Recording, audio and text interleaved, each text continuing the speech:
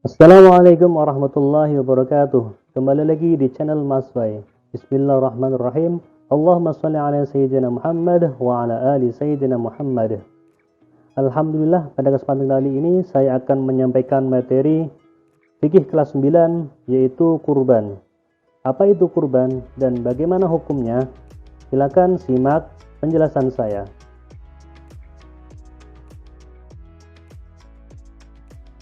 Pengertian kurban. Kurban secara bahasa berasal dari bahasa Arab, yaitu qoroba berarti dekat.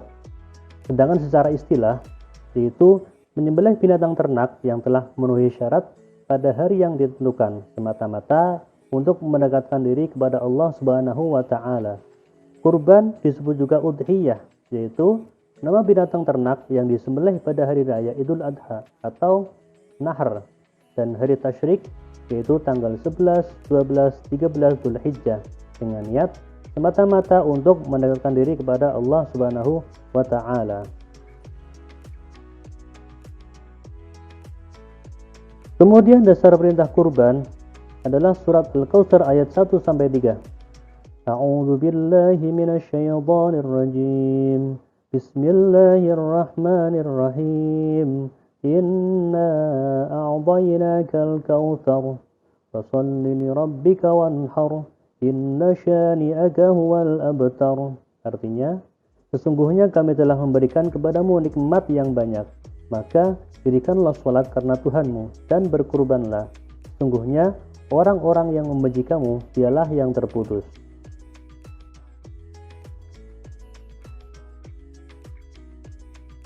Hukum kurban.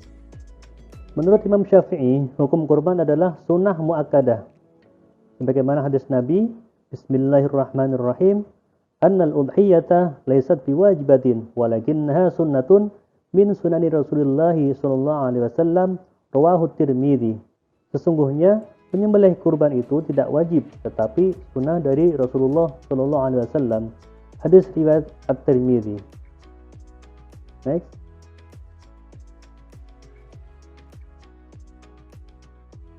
Bagaimana jika orang yang mampu tapi tidak mau berkurban? Dalam hal ini Rasulullah SAW bersabda, Bismillahirrahmanirrahim. Qala Rasulullah SAW, man wajada sa'atan falam yudhahi fala yaqrabanna musallana. Rawahu Ahmad wa Ibnu Majah.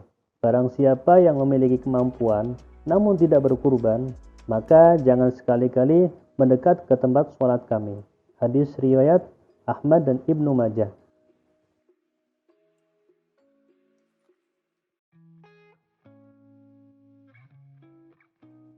Kemudian waktu penyembelihan hewan kurban.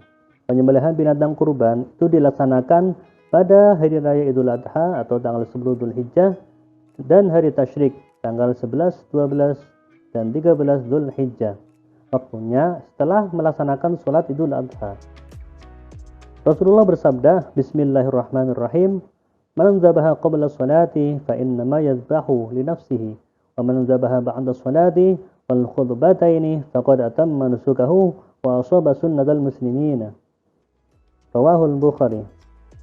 Siapa yang menyembelih kurban sebelum sholat Idul Adha, maka sesungguhnya ia menyembelih untuk dirinya sendiri.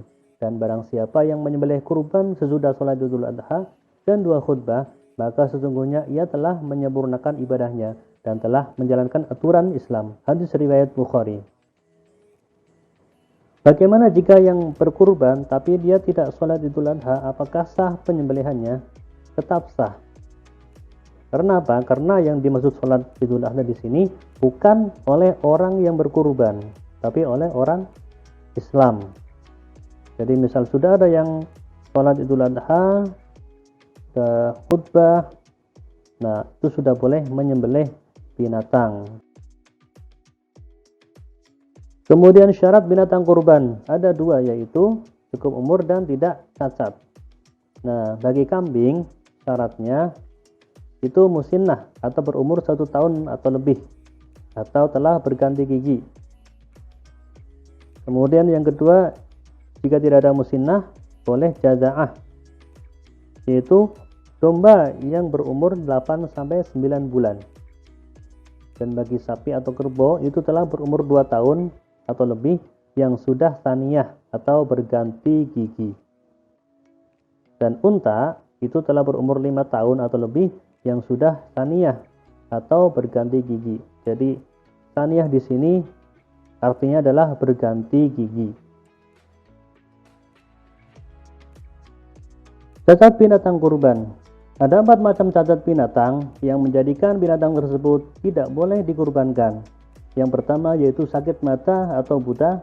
Yang kedua sakit-sakitan atau tidak sehat. Yang ketiga pincang. Dan yang keempat terlalu kurus. Dalam hal ini Rasulullah SAW bersabda, Bismillahirrahmanirrahim. Anil Barra ibn Azib radhiyallahu anhu qala fina Rasulullah SAW faqala arba'atun la tujzi'u fil udahi al-awra'u al-bayyinu awruha wal maridatu al-bayyinu maraduha wal arja'u al-bayyinu dhal'uha wal ujfa'u allati la tunqi. Dari Barra bin Azib radhiyallahu anhu, ia berkata, Rasulullah SAW berada di antara kami dan bersabda, 4 macam hewan yang tidak cukup untuk kurban. Buta sebelah yang nyata butanya, sakit yang nyata sakitnya, pincang yang nyata pincangnya, dan yang kurus kering yang tidak mempunyai lemak. Hadis riwayat Ahmad dan Imam 4. Kemudian ketentuan jumlah binatang kurban. Kambing itu untuk 1 orang, domba untuk 1 orang, sapi untuk 7 orang, dan unta untuk 7 orang. Pembagian daging kurban. Ada 3 bagian. Yang pertama yang sepertiga untuk yang berkurban, yang sepertiga untuk fakir miskin, dan yang sepertiga terakhir untuk kerabat atau yang membutuhkan. Hal-hal yang disunahkan dalam berkurban. Yang pertama membaca sholawat, Allahumma sholli ala Sayyidina Muhammad wa ala ali Sayyidina Muhammad. Yang kedua membaca takbir. Yang ketiga disembelih sendiri oleh orang yang berkurban. Tapi jika tidak bisa jangan dipaksakan, karena penyembelihan itu ada aturannya. Jika disembelihnya tidak benar, maka yang disembelih jadi tidak halal, maka dipersilakan kepada yang lebih bisa untuk menyembelih binatang kurbannya. Kemudian yang terakhir membaca doa, bagaimana yang Rasulullah baca ketika menyembelih. Qala Rasulullah sallallahu alaihi wasallam 'inda tadhiyati, Allahumma taqabbal min Muhammadin wa ali Muhammadin wa ummati Muhammadin. Rawahu Muslim. Rasulullah sallallahu alaihi wasallam ketika menyembelih kurban mengucapkan doa, Ya Allah, terimalah kurban dari Muhammad, keluarga Muhammad, dan dari umat Muhammad. Demikian materi yang saya sampaikan. Apabila ada pertanyaan, silakan ajukan pertanyaan, bisa via WA atau di kolom komentar YouTube atau juga di timeline e-learning. Terima kasih, dari saya cukup sekian. Wallahul muwaffiq ila aqwamit thoriq. Wassalamualaikum warahmatullahi wabarakatuh.